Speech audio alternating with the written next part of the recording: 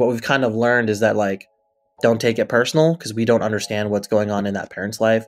If they can't call you back, it could be because they've got a super busy schedule. If they never make it to the parent-teacher conference, it's because, you know, who knows what they got going on.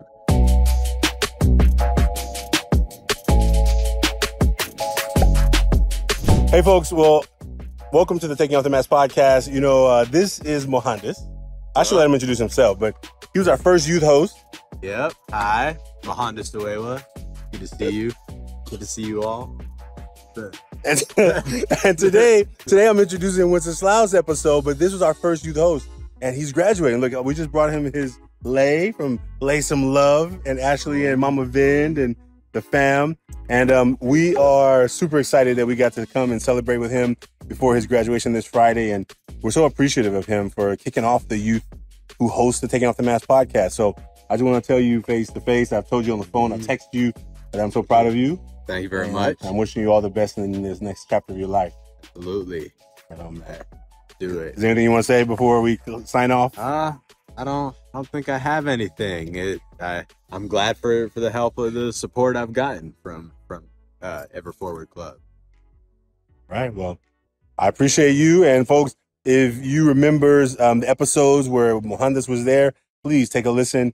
And now he's off to college, off to the next chapter of his life. He's going traveling this summer. He didn't invite me, so I don't know what's up with that. But he's not that appreciative if he didn't invite me to a summer trip somewhere in the world. But I imagine they got one step below that.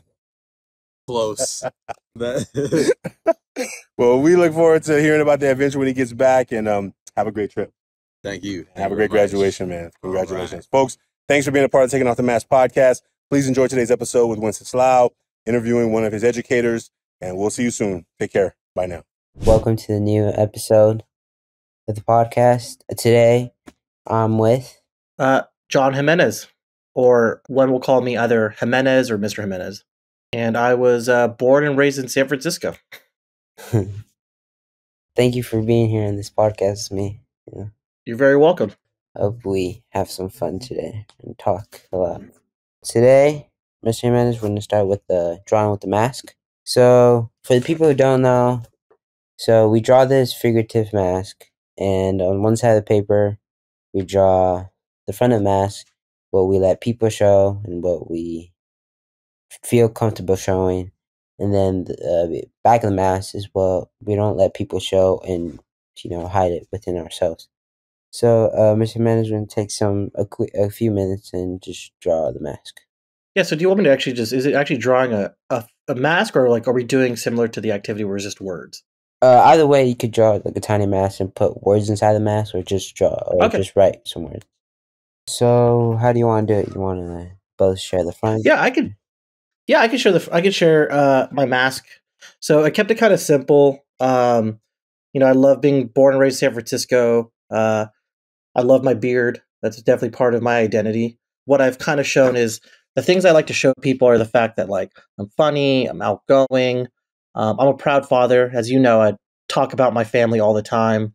It's a big part of who I am, and definitely I bring it into the classroom experience. But what a lot of people don't know is the things I don't show is I kind of deal with a lot of anxiety and stress when I'm like outside of the classroom. And it's like hard, right? Because I didn't really come to terms with kind of like my anxiety issues or my stress issues until maybe I'm 33 now, but I didn't really understand my own personal anxiety or like mental health issues until I got maybe like my mid 20s, like 27. I really started like coming to terms that I was like dealing with things like mental health issues specifically tied to just like anxiety, which is kind of funny, right? Because I work in a space where like I teach to freshmen in high school, but like underneath that, there's like this side where like I deal with constantly being worried about timing, being worried about like, what am I going to cook for dinner? Worried about like just everything. But, you know, some people say like anxiety is a little thing, but for someone like me, it can just like really eat at me. And I have to try and do my best at work to like really hide that. Thank you for sharing. Yeah, of course. So, what I wrote, I just wrote words. For the front side, I put a learner because I've mentioned it many times before. I love to learn. I love to learn many things. I love to take in information and use that information and like for future like references or occasions. And I put calm and quiet because usually I just feel that calm is a good vibe for me. Being calm helps me to like relax and have a good mindset. And I put fun because I think many people like to have fun or try to have fun in their own ways. Like if they were at a like office, I guess you could say, working in an office, all day, they might try to make their own way of. They try to have their own fun in some way. And then I put creative because I think that being creative is something really useful to make many things, and that could either help you or help others around you. And for the back of the side, back of the mask, I put shy because I get really shy when I meet new people. And I'm always trying to learn how to have like conversations, like what to talk about. Even with my best friends, I'm usually like awkward because I don't know what to talk about, And I put insecure because I'm always insecure about my work, and either if it's good or not, or if what I'm doing is good enough for me. And I put stress because, well, usually in high school or starting in high school, you start to have many situations where you got to do a lot, or you have a lot of priorities. So yeah, that's what I put. Yeah, I know, and definitely kind of like a lot of what you deal with like behind the mask is like something that a lot of high school kids definitely deal with. It's funny, right? The one thing that really you said that really like hit me was like you could be with your best friends and still kind of be awkward. Still kind of have that like not sure what to talk about. And man, I told you I'm 33, and even today, even though my wife would say I'm the like more extroverted one in the marriage, if I end up in a space with like just a bunch of people I don't know, I can like freeze up. Because you're just kind of like, Yeah. oh, what kind of person am I supposed to be in this space? Do they want me to be this like funny guy that everyone can relate to, but also at the same time, like sometimes you just don't want that attention on yourself. So like, I totally get it. So now we're going to move on to the cards. Okay. And for the people who don't know, the cards is where there's questions in each card, and there might be some boss questions which is digging more deeper into yourself. And usually you gotta save some people and islands, but that takes a lot more process. So we're just answering the questions. Would you like me to go first, or do you want to go first? However you want to start this. If you want me to go first, I'm very much comfortable. I think I'll go first. You started the math, so. All right. So this card says, name a relationship that needs to end.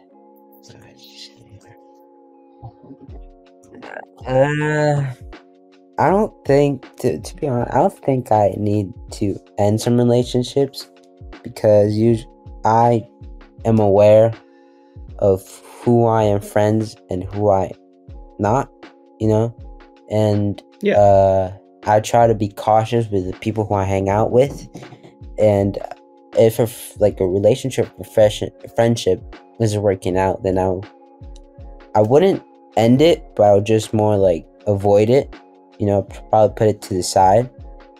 So to be honest, I don't think I need to end a relationship. Yeah, you start entering more of those situations as you get older. You're kind of like at a good space now where like you're like, oh yeah, that's someone in school. Like I'm gonna kind of distance myself away from a little bit. But like as you get older, you start encountering those ones like you're like, I don't know if I really need that kind of like energy in my life. So I mean, that's a good question to draw because at least you're like aware. Like you're like, yeah, I'm in a space now where like I can kind of stay away from that kind of stuff right now. Yeah. So I got 6 cards in front of me, all face down. Just choose a number between 1 and 6. Let's go 4. This card says, how are you different when you are alone or with others? So definitely it depends on the space, right? So like obviously when I'm in the classroom space, I'm very much more like I'm your teacher, you know? Yeah. You stay busy, check in with you guys, how you're doing, things like that. But that also kind of changes when I'm with my friends. I'm with my friends who are usually just people I like go on bike rides with or skateboard with or just kind of grew up with. I'm definitely a lot louder, very much more nostalgic, trying to catch up about things. With my wife, I'm very boring. You know, we like to stay back and like binge watch TV. But then when I'm alone, man, like I think the worst thing that happened to me during the pandemic was discovering TikTok, where my wife's putting me on TikTok. So, you know, when you're in your house 24/7, you know, you kind of run out of things. You know, there's only so much you can refresh on Instagram. And my wife was like, "Hey, you should check out TikTok. It's more your speed." And I was like, "No, that's a teenage thing." And then I got on it, and now I'm just, you know, just watching like movie reviews or like recipes and things like that. So if I'm at home alone, I'm either going to be like listening to podcasts in a quiet space or like just on TikTok. And then if I'm with or sometimes if I am mostly alone, I'm not usually alone. I have a 1-year-old. So if I have a time where I'm at my house alone, I'm usually with my son. And then with that, we just kind of watch TV shows or we just kind of play in his like little play area. It's just TikTok so addicting. Like I had it, then I don't know how I did, but I quit it. And then after a while, I just got back in, and I just can't stop it. You know, my feed is probably very different from like yours. You know, like there's so much things to like laugh at. I have my memes and stuff that I'll watch and kind of like the funny things. I'll see things that like definitely I'll see what like make me relate to, or not relate to you guys, but see stuff that's like more catered to like your generation. Mm-hmm. There was like this whole thing on slang and like how kids in your generation talk now. And I like listening to it. I don't want to say the student's name, but it sounded like specifically like someone at our high school and the way they talk. And I just like was cracking up about it. But now it's just like, hey, look, that looks like a fun pasta recipe. Or I like doing a lot of food, seeing the food review stuff. My wife and I'll send her videos just kind of like, hey, check out this restaurant in San Francisco, or hey, do you want to go to this place in Hayward? So it's a lot more food, movies, and like stuff like that. But yeah, I will be honest, I never tried to delete the app ever since I downloaded it. I'm like hooked. So my turn. I got one of the hard ones, which says, tell us about a time when you felt you were good at something. Something connected to that question is just, I feel nobody is perfect at something, you know? Just asking if I was good at something, but I feel that if you're good at something, you're still learning, I guess you could say. Like, there's, like, me probably, like, speaking Spanish, I'm probably good at it, but, you know, I feel that I'm still learning more, and I need to learn more. Answer that question. Tell us. I feel probably more into like the academic side, which is studying. I feel that I have my way of studying. Usually when I study for a quiz or test, I just usually study at night where it's like more quieter, darker place. I got my notes in front of me. I just listen to some music and eat something while I repeat the question or the answer in my head. But I think studying for me is the easiest one. That's good, man. I agree. Like, I mean, coming over as like a teacher perspective, whenever you like, I've seen you kind of like taking your foot off the gas in class and you're like, oh no, I'll get to it at home. I have that like belief that I'm like, no, he will. And then sure enough, like Wen has turned into this assignment. I'm like, yeah, I knew he would, you know? But that's a good place to be. I mean, and what I really liked is what you said, like, everyone needs to keep practicing. You know, I'm a believer in that too. You know, I think, you know, if you look at scientists or doctors, they say they practice, you know, they practice medicine, they practice this. So, I agree. I don't think you should accept saying that you're an expert at something or the best, because you can always, there's always room for improvement in some way. You want to pick a number between 1 and 6? Could be the same one. Let's go 2. This one says, what is a hidden talent that you want to work on more?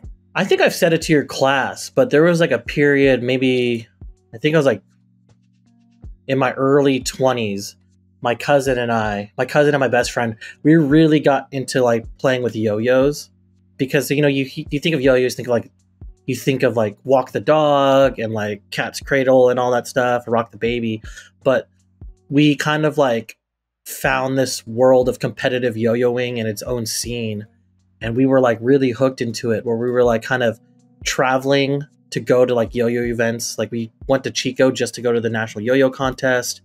We would go to Sacramento for California States, and we made a lot of friends there, and we got really into yo-yoing. And that was like one thing that was like really good for me, because it was like a de-stressor, and I got like really good at it, but like not at the level of like my friends who were like professionals.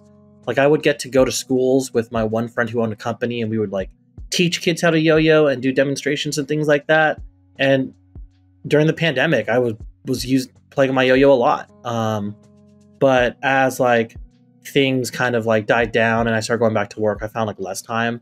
So I think I'd like to be able to like go back and start yo-yoing more. Occasionally I'll pick one up and just like do some tricks in front of my like 1-year-old, and he's not too interested, but I think I want to start yo-yoing again. I remember I used to yo-yo, before I got stuck in my phone and computer all day. Yeah. I feel that's the thing about once you get older, you either get stuck in your phone, like you just on social media, or you just, like for me, it's on the computer.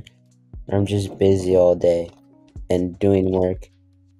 I feel that can be a problem for many. Well, it's funny now.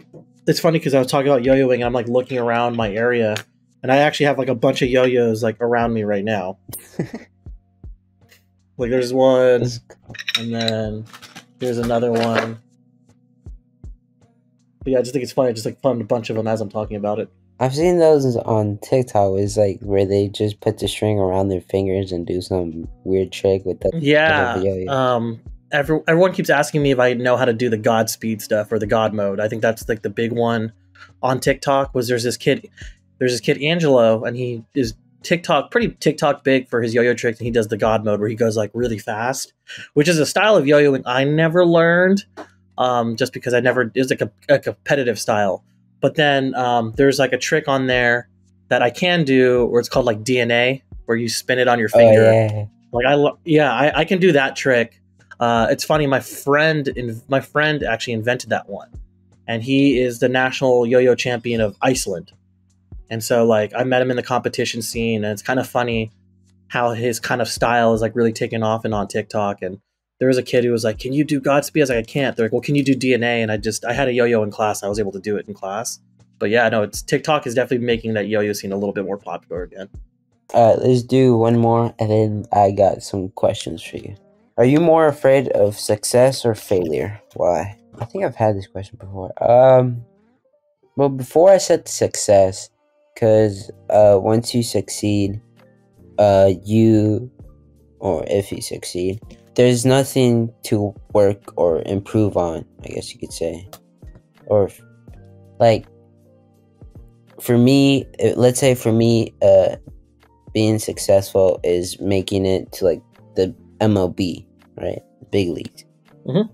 And if I do succeed and enter the MLB, I feel that was my goal, or that's my journey, and then I don't have a new path to chase, But for me, I guess they could be a mix between failure and success. Failure, because if I fail to make it to the big leagues, I might, lose hope of myself and probably be insecure, and therefore can impact on how I view success. So I guess it really depends on which is your success or failure. Yeah. You want to pick a number between 1 and 6. Yeah, let's go 6. What can you start right now in your life to become a better person? Ooh, that's a good one.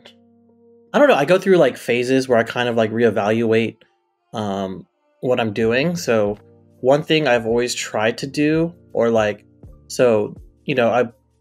I'm Catholic, but like not really practicing. But there's a period in, leading into Easter called Lent, where you have to do something for like 40 days, like give up something for 40 days. Usually people will be like, I'm giving up soda, I'm going to give up cursing, I'm giving up ice cream. But like my best friend kind of put me on this thing where instead of like focusing on a material thing to give up, focus on something that's like more personal to you. Right. So one thing that I did one year was that if someone asked me to do something and if I had the ability to do it, I would always say yes.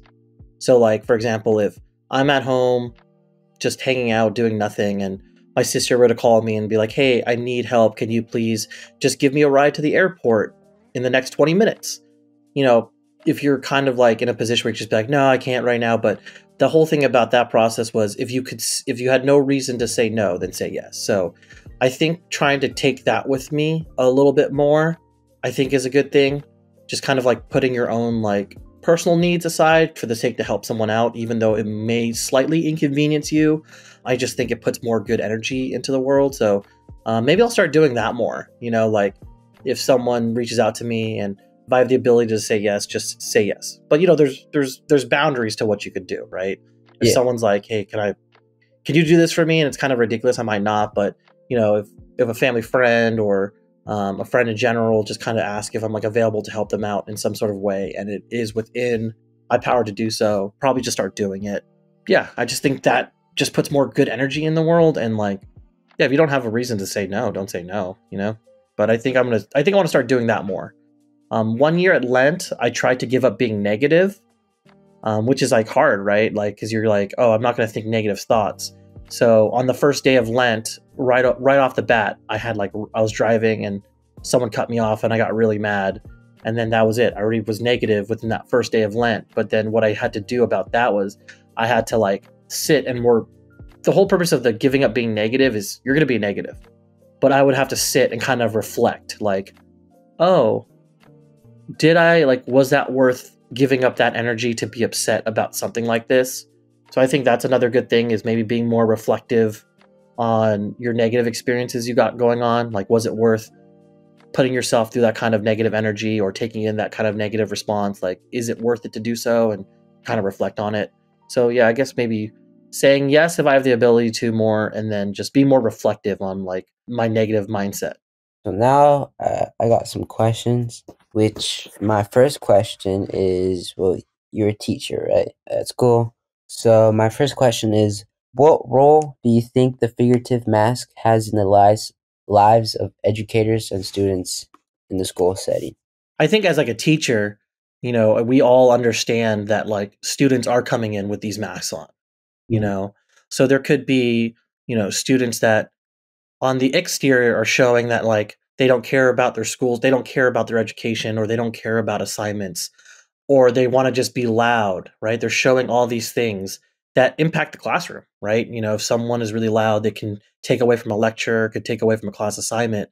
But as a teacher, you kind of have to think about it like, is there something happening in this student's life right now, or something that occurred in their past that's kind of like change the way they've seen education or seen the classroom space, right?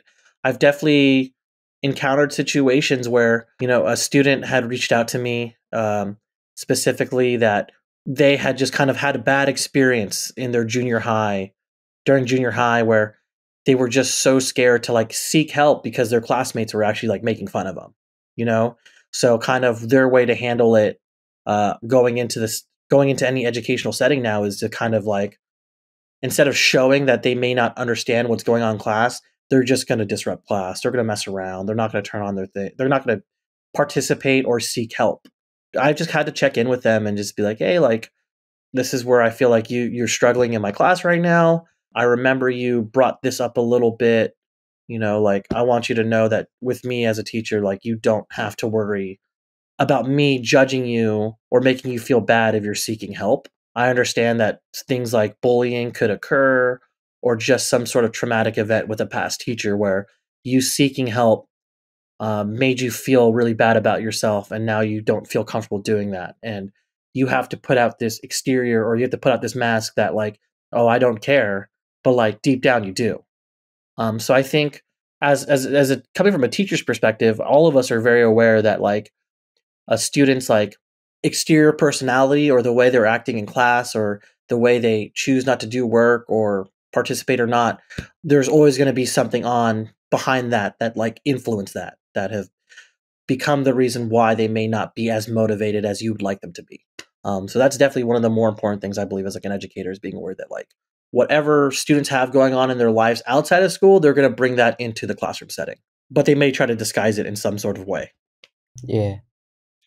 And I've noticed that you are like one of the teachers who really checks in to a student and make sure like they're doing good in the class, that they're doing well.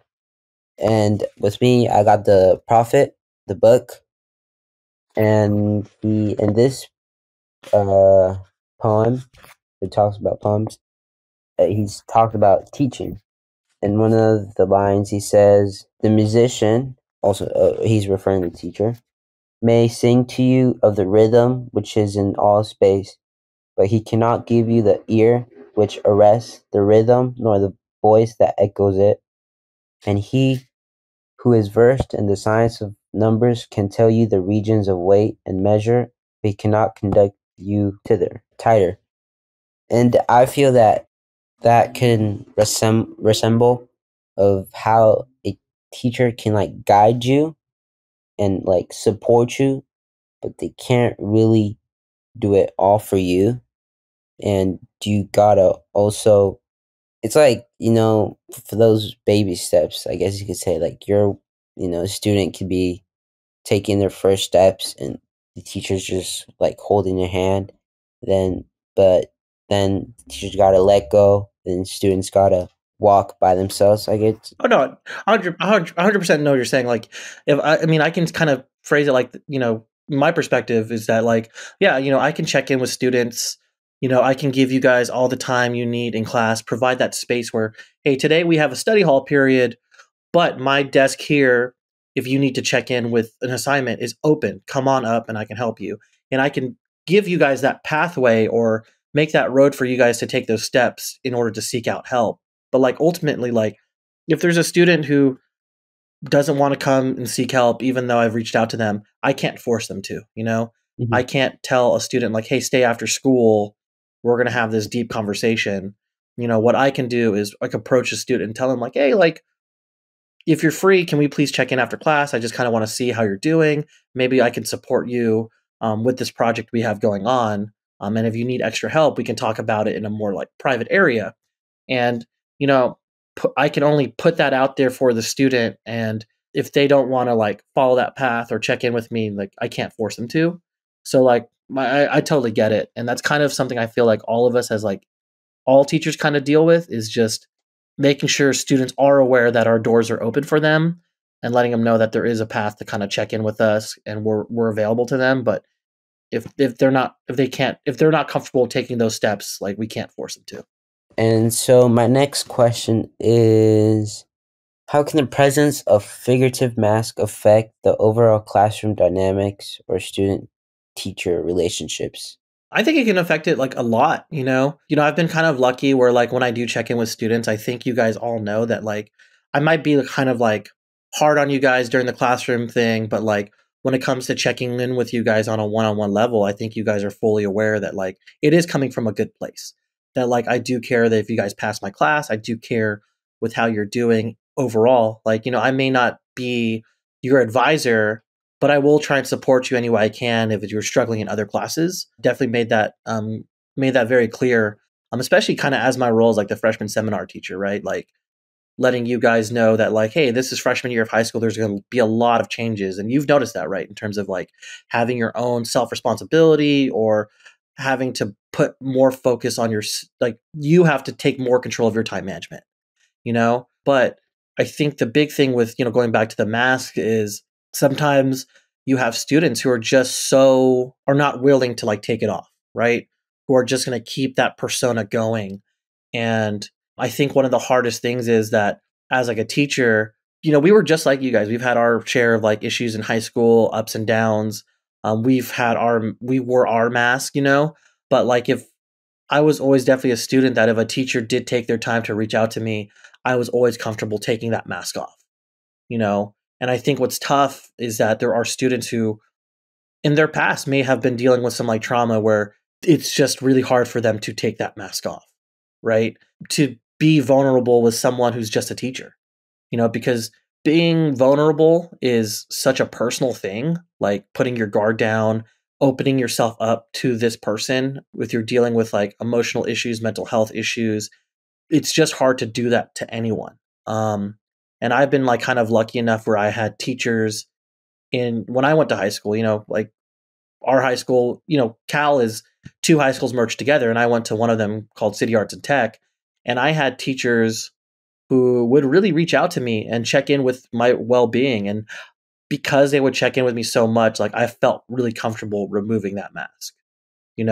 I've had teachers where they would check in with me and before I knew it, I was like crying to them, and I just don't think, at least with the freshmen I work with, I just don't think that, I don't want to say maturity, but I just don't think they're ready to like do that quite yet, and it could be a range of a lot of things. One thing I've always talked about is what goes on outside the classroom will affect what's inside the classroom. So I don't know what's going on within their household, with their friends, where they feel like they just can't remove that mask and can't talk about these issues. And what really starts to happen, at least in the classroom, is, if teachers reach out to you and like really try to check in with you about how you're doing and seeing like how these things may be affecting your work or how your experiences in school, if a student isn't ready to take that mask off, we just kind of have to sit there and be like, what can we do? We can always come up with different ways we can approach them, but it comes back to that thing of like, if they're not ready to take that mask off, we can't sit there and force them to take it off. But as teachers, all we can do is let that student know or let that person know, like, we are here for you. Whenever you're ready or whenever you're comfortable, like, I am here to have that discussion with you. I've also definitely checked in with students, or students have checked in with me, and I've kind of let them know, like, hey, whatever you're dealing with, I actually don't have the tools to support you on this one, but let me connect you with our school wellness center, because we have amazing people who work there who's like specifically trained, and their passion is to like help those situations with those students. Like they have the tools to help a student unpack things better than I can, so like they may not feel comfortable checking in with me, or if they do and I'm not sure how to handle a situation, I can make sure I can provide them with the resources they would need to feel that support. But yeah, no, I think as teachers, we just want to make it clear, like, hey, we're always going to be here for you whenever you're ready to have that discussion. So now, like, switching a bit more the topic, you're a teacher and a parent, right? A dad. And so connecting these two, how has your role as a teacher influenced your approach to parenting your son? Well, so prior to like teaching at Cal, I was a program director at an after school program at the Tenderloin.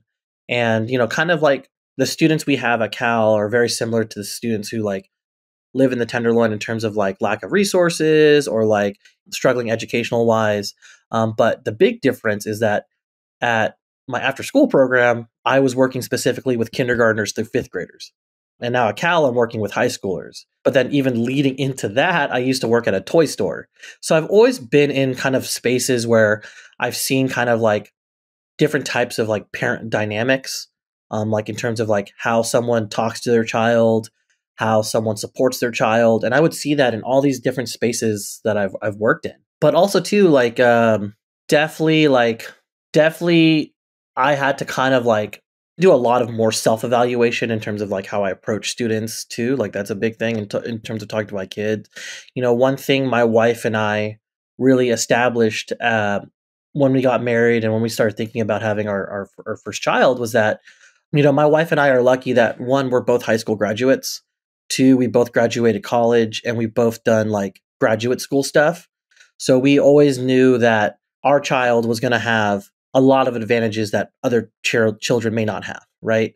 So we need to kind of be aware of like how we talk to our son and how we raise our son, because we just don't want him to grow up to kind of be a know-it-all, like a rude know-it-all. Mm-hmm. We've kind of seen that with like parents who are both college educated and they have their kids.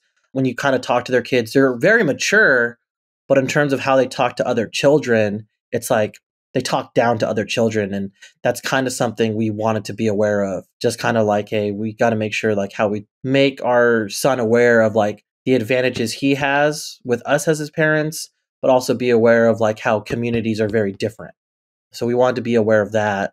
In terms of kind of like working at the high school, and that's how it's kind of shaping my parenting, that's a little different. I think more so I just end up talking to my kid in like kind of the slang I hear from you guys.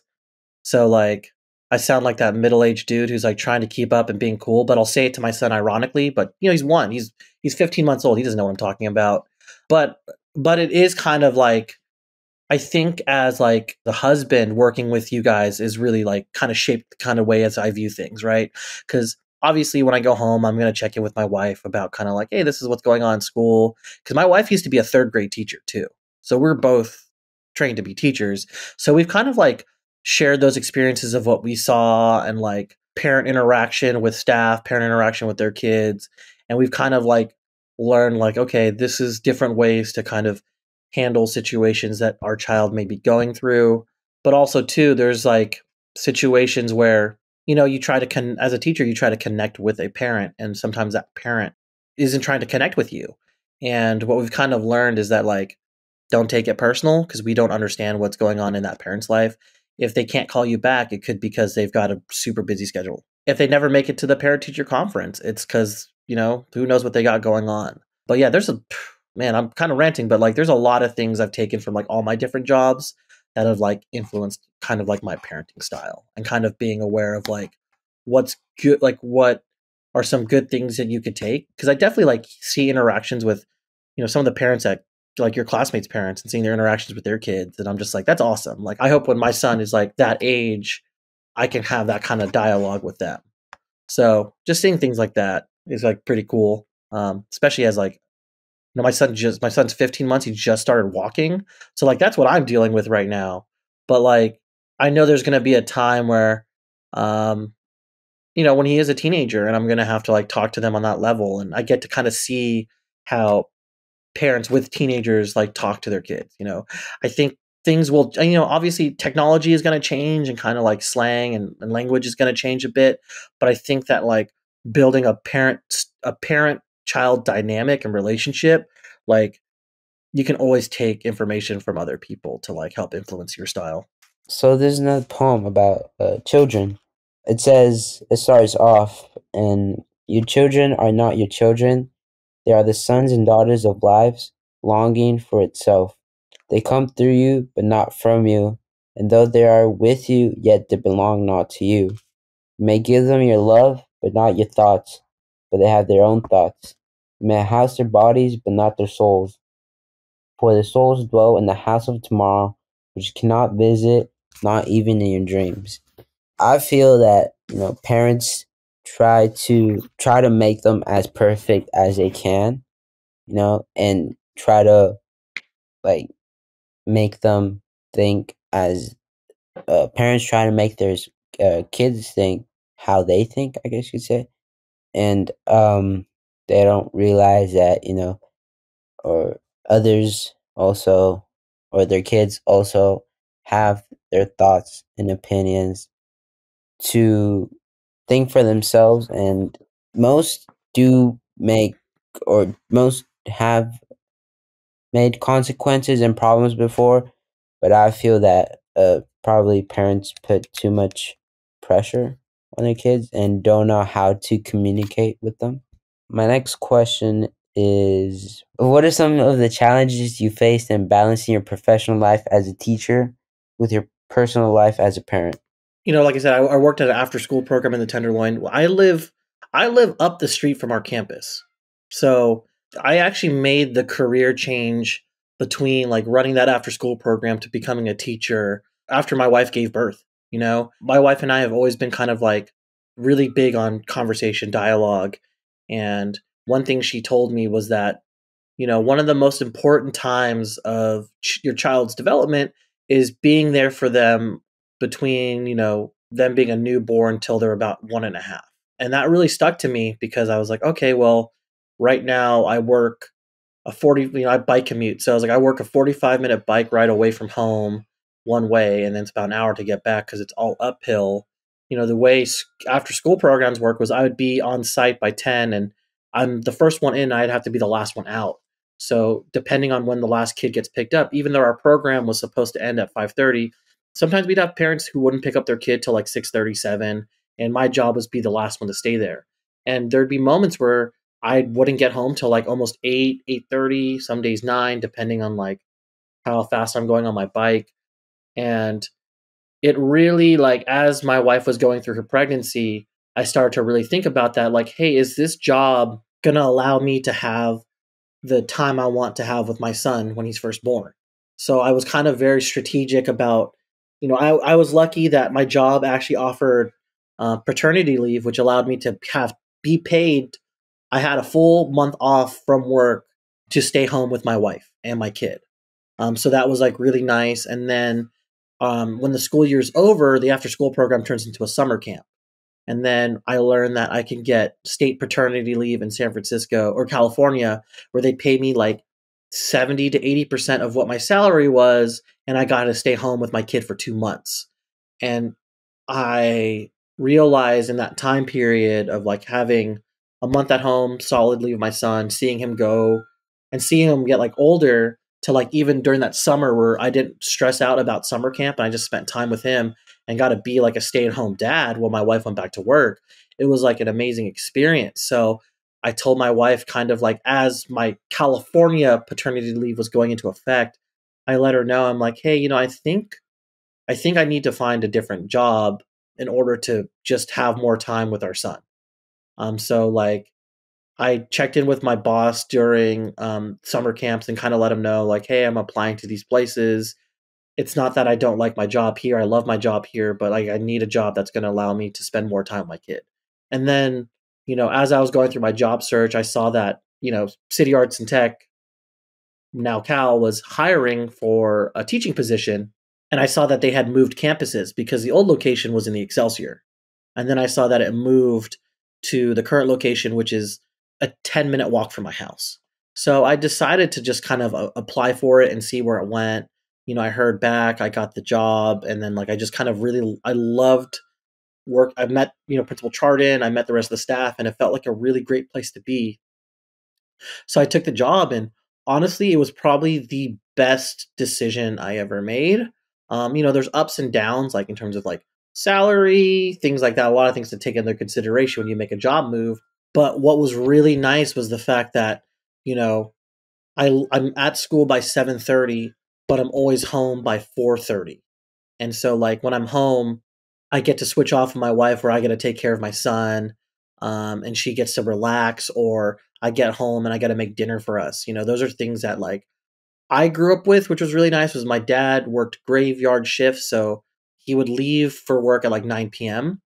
And he wouldn't come home till like 7 a.m. But one thing he always told me growing up was that, you guys will always have your own things to do during the day.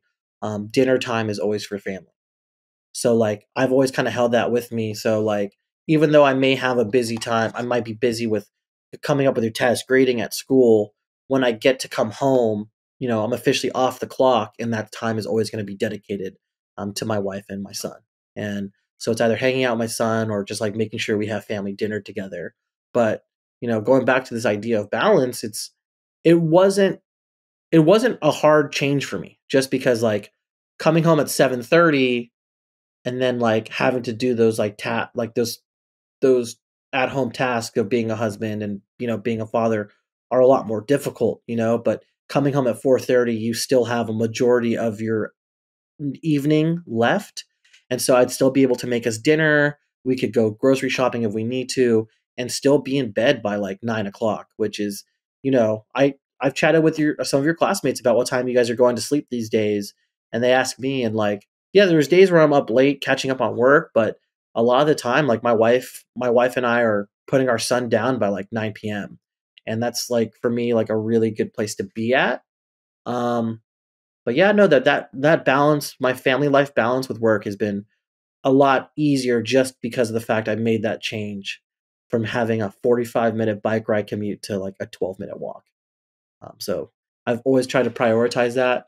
Things are going to change a little bit though, because now he's at the age where like he's a lot more active. So we are like looking into like daycare situations or schooling situations. My mom is actually set to retire fully by the end of the summer. So she really wants to like be like a full-time babysitter to our son, which is definitely like a privilege that a lot of folks don't have. So things might change next year in terms of that balance. But the balance I had switching to being like a high school teacher and like a new dad, it's been pretty good just because of like how close the school is to my house. So my last question is, and this is more about thinking more into like to like the future once your son gets older. And how would you encourage your son's educational growth and development while also allowing him the freedom to explore his own interests and passion? Yeah, so like I said, my wife and I have like a lot of dialogue about our parenting styles, and we both grew up in like fairly traditional like Asian American households. Like I'm full Filipino, and there is a lot of, depending on what generation you came from, like immigration wise, there's a lot of emphasis on like this is what you need to be successful in the United States, right? This is what you need to do. You need to go here. You need to study this. This is what you need to do. And same with my wife. She's Taiwanese and Filipino. So she's seeing it from two different cultures. Like on the Taiwanese side, it's like college is important. Good grades are important. You need to have this career. And from her mom's side, her Filipino side, it's the same thing. Like this is what you need to be successful.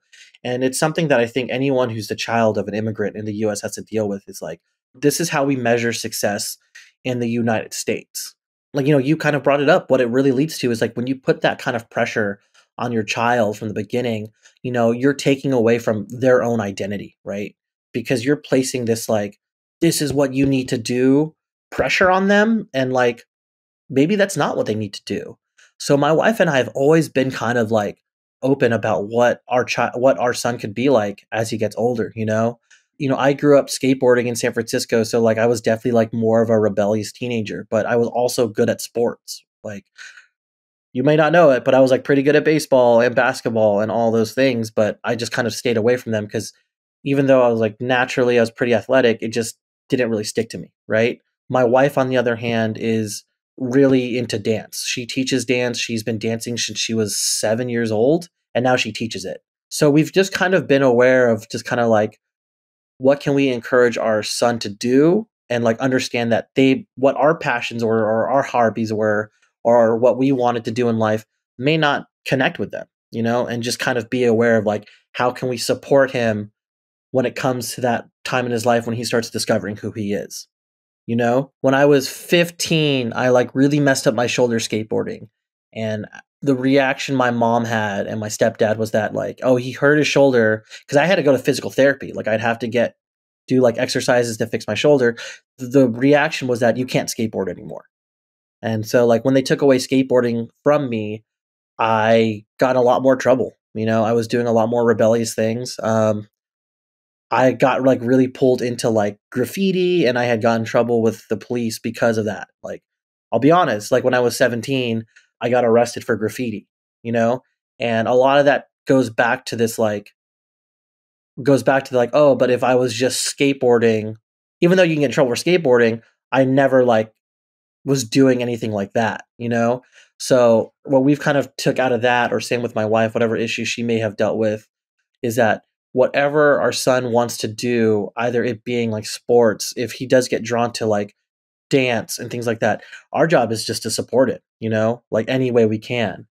Because a lot of the hobbies that like I'm into are like they're not cheap, like I'm really into road cycling now, but like buying bikes and stuff it's expensive, My wife teaches dance and they do competitions and it costs money.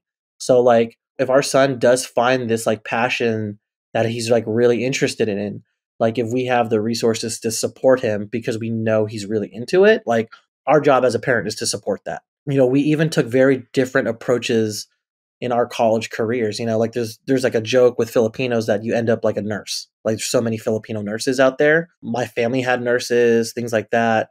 And then I have a lot of cousins who went with more like financially better positions than like I currently have. So like I have cousins in tech. I have cousins who manage buildings in the financial district, who make a lot more money than an average teacher does.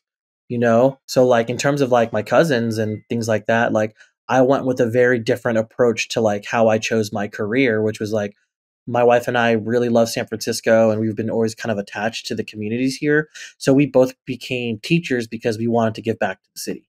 You know, our whole thing was like we understand that like we're not going to make millions of dollars being teachers, but like we had great teachers who helped us out and we understand how important it is to have like that those people support you in your life. So we wanted to be able to do that. But in terms of like how our Asian backgrounds see that, it's like not the best decision to make because there's not a lot of financial gain to that.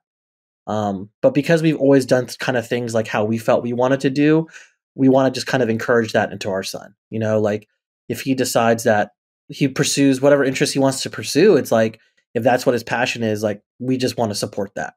Definitely want to look into that. Many people might interpret freedom in different ways or see freedom as different things.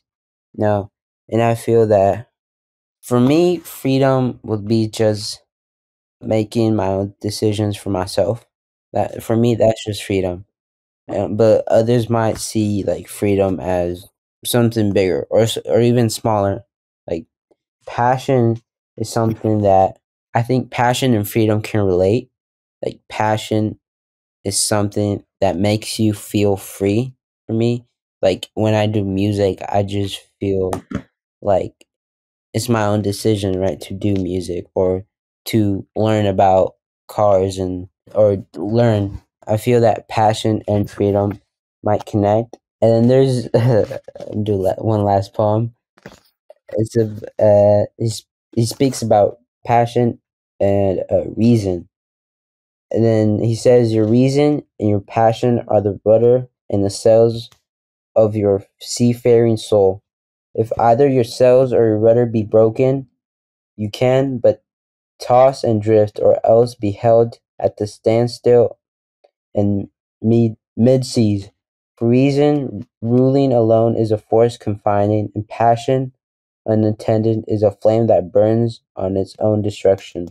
Therefore, let your soul exalt your reason to the height of passion, that it may sing. Let it direct your passion with reason, that your passion may live through its own daily resurrection, and like the phoenix, rise above its own ashes. And I just feel that for me, this part of the quote, poem, is telling that passion can be brought back. Like, for me, I was into cars a lot. My uncle is a mechanic. Me and him would always talk about cars when we hang out, and we would have. And then I just lost my passion for cars, right? And I moved on to music, and now I still love cars, right? Before, when I moved on to music, I still. It's just about the different types of cars there is, and when they're together, it's like cool, right? And I was now into back into cars, but like Formula One, right? I want to be in work into like those headquarters for Formula One, like aerodynamicist, strategist, or designer. And I feel that passion, like you might lose your passion for something, but like that still lives inside you and still can be brought. Yeah, very, very much. I think what I really like what you're saying there is because, yeah, just kind of like even though where that connection was at one point, like it's still going to be part of your identity. You know, like I always say, like, you know, I told you, and I'm not sure if you, Josue and them ever showed you the video like of my old skateboarding videos on YouTube. I don't know if you were ever sent those things, but yeah, I grew up skating in San Francisco and like I found a community there. It became really part of my identity, even in like elementary school or like junior high. I was like, and in high school, I was like that dude who skateboarded. Like I was the skateboarder. And there's a lot of things like I don't skateboard as much as I once did, you know, but kind of like a lot of the things that drew me to skateboarding is still part of my identity today. Like you said that freedom is like this idea of just having your own choice. And like, you know, the whole thing about a skateboarder or skateboarders in general is like, we don't care. You know, we're going to kind of do what we want. And that's kind of like the approach that's always stuck with me in my life, you know, like like I said, being Asian American, this is the standard that you're held up to. But growing up skateboarding was like, well, I don't meet that standard, so I'm gonna do what like makes me happy. And so like even though I don't skate, a lot of like who I was as a skateboarder is still who I am today. It's really funny just, you talking about that whole freedom to just make that choice. And like I still get a lot of backlash from my mom, or not backlash. I get a lot of pushback from my mom for some of the choices I make in my life, but like it's always tied. Go back to like who I was as a skateboarder, just like, but this is what I want. This is what's going to make me happy. Going back to like kind of like that willingness to the want to make a choice, and kind of like being a parent. I started getting a lot more tattoos because when I was younger, I always knew like I wanted tattoos, and like now that I'm at an age, I'm kind of like, hey, there was like this person on the inside who I always felt I was, and that person was very much had like tattoos and things like that. And now I'm at the age where I'm just like, but now I think it's more important for me to like show who I am on the outside. So I started getting more tattoos, things like that. And my mom goes, I can't believe you're getting another tattoo. What are you going to do when your son wants a tattoo? Right. And then my wife and I, we just kind of laughed. We're like, well, if he's 18 and he wants a tattoo, he can get one. He just needs to pay for it. Yeah. So like things like that are just like really, it's really funny to me in terms of like my identity as a skateboarder, and how that like went on through my life in terms of my life choices. But like also too, like that kind of now plays into me as a parent. It's like making sure my son has like the freedom to do what he wants to connect with, or the freedom to do the things he's connecting with, and giving him the ability to do it, but also supporting him if that's what he really wants to do. That's what I've been told as well. If I want something like I want a tattoo, right? Just like a tiny like sword on my forearm. And I've been told as well, as long like you're old enough and you pay for your own stuff, you can do whatever you want. Those are Yeah. your choices. From Yeah. And the thing is like once you get it, it's like it's on you, yeah. like, so like I've made it very obvious, like I made it very clear, like all like the tattoos I do have, I don't regret any of them. Some are like somewhat serious, like I have one like dedicated to my son, I have one for my dad, but I also have like really silly ones that like I look at and I just laugh, but like yeah, like it's there now. Yeah. But no, yeah, but it's just kind of like I knew I wanted it. I knew it helped me express who I was, and I had the choice to start expressing who I was like on an exterior level, and that's how I started doing it. Yeah, those are the questions I had. You got any questions for me or? No, I know I joked with you about like, oh, thanks for choosing Mr. Hill. Like I'm not important, but I do appreciate Oh. you like I do appreciate you like reaching out and asking if I would like to be on it. Once you guys came, when your organization came to the school to talk to the other students, man, like we as like I was a freshman, it was 2004, 2005, like we didn't really have those things like available to us. And I just want to say like, hey man, like you're in a really good place where you're part of this organization that like really helps you understand like what you're dealing with like on a mental health level. You guys have way more music now that's like in touch with like talking about issues like insecurity, mental health, like compared to like the music my wife and I had to listen to, like, but like no, just I want to thank you for giving me this opportunity. I know it's like not the funnest thing to chat with a teacher on the weekend. This was a really cool experience, man. And like when you told me your time management project, this is what you do, I was like, really? And then I didn't know it was like a podcast around that organization. So I just think that's really cool.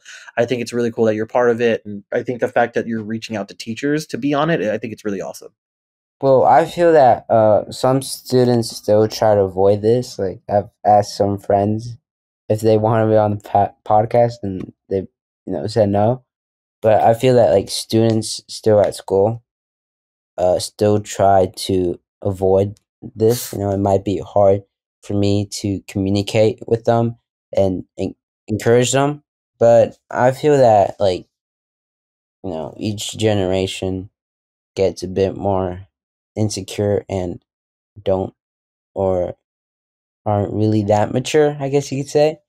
Like for me, I hang out with the seniors and juniors, and they're just calm and so mature compared to the ones in my grade.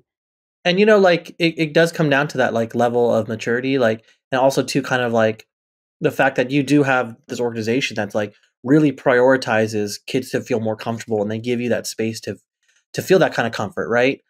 Compared to like a lot of other students in your grade that like you don't know if like you know there's a lot of like culture stuff that's forbidding them to want to talk about it, or like you know having your parents tell you that mental health issues aren't real it's a big thing, right? Like you'll hear parents say that all the time, like, oh, depression isn't a real thing, or like anxiety is not a real thing. But as you get older, you kind of start becoming more in touch with that. Hopefully your classmates get there, because some of the students I've had to check in with on a one-on-one level, they do know that these things are there, but they can't take that mask off. They're not going to talk about it. Yeah. But I think having you in that class and like bringing your organization to the school to talk about that, I think it really like let them know, like at least you're like reaching out to them as a freshman, like, hey, like these are things here, or the way we kind of promote the wellness center at the school, like lets them know, like, hey, you're not alone, and here's our ways you can like really talk about that if you don't necessarily feel comfortable talking about that like to your family, Yeah, you want to say something else? No, again, um, just thank you for having me on here. It was great. Like I said, like leading up to this, I wake up at 6 every day. Well, I wake up at 5 every day, but on weekends I wake up at 6. So like, yeah, I just got to go do my farmer's market run with my wife and kid. I got like tomato sauce, like just simmering right now, and just gonna enjoy the rest of my Sunday. But it was great to be a part of this. It's great having you here as well. Just having that cool vibe, like you know how to communicate.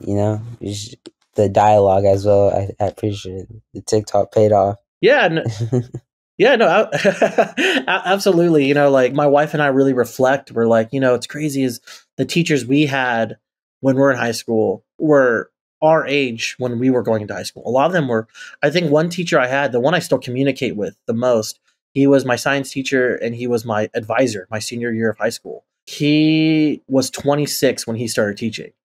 And then like I think back, I'm just like, man, they were just like young adults trying to help out students like you. And like, we were doing the same shenanigans, like messing around in class.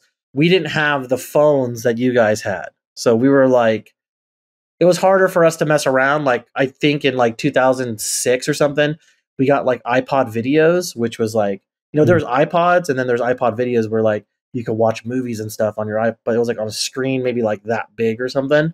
And that's really when it started taking off. And then we didn't have like TikTok or any of that stuff in high school. So it's a lot easier for you guys to get distracted than when we were in high school. But I will say the teachers you guys have at like Cal, in terms of like their attitudes and the way they try to reach out to students, like, those were very similar to the teachers I had growing up. And like, I think it's important that if you can make a connection with some of those teachers, it'll go a long way. I still talk to my old advisor now. Like I keep track. We follow each other on Instagram. We check in with each other on Facebook just to see how we're doing and stuff. So I think it's cool to have that kind of mentorship and then let that kind of turn into like friendship. Thank you again, Mr. Jimenez, for being here on this podcast. To the viewers out there, Jimenez, you want to say something like to the audience about being a parent and being a teacher, and like probably there might be somebody who is a teacher and want to be a parent. Do you have like any advice for them? Yeah, I mean, like one thing my wife and I tried to do as she was going through pregnancy was like try to like prepare, like this is what's going to happen. This is what's going to happen. What I've kind of learned, like going through, watching my wife go through pregnancy and then having our child, was that all that book reading, all that training, all that preparing you try to do, like essentially gets thrown out the window once the kid comes in. Like if you and your partner are thinking about having your first child, just get ready to wing it a lot. We kind of had to like learn things on the spot or think back to like how things our parents would do. And, one thing we're very lucky about is that we have like really big families. Like being Asian, we have huge families. So when you need support and if it's available to you, like reaching out to your family is like one important thing. Or if you have to seek out help, like don't be afraid to seek out help, because those little things are important. Just try to have fun as much as you can. during that process. And then what's the big one? One thing I learned from like my uncles and my dad is that if your partner asks you for support during their pregnancy, during her pregnancy, they ask you to go to the grocery store, they ask you to get them food, just do it. Right? So like you hear scary stories about kind of like my wife got mad at me because I couldn't get this.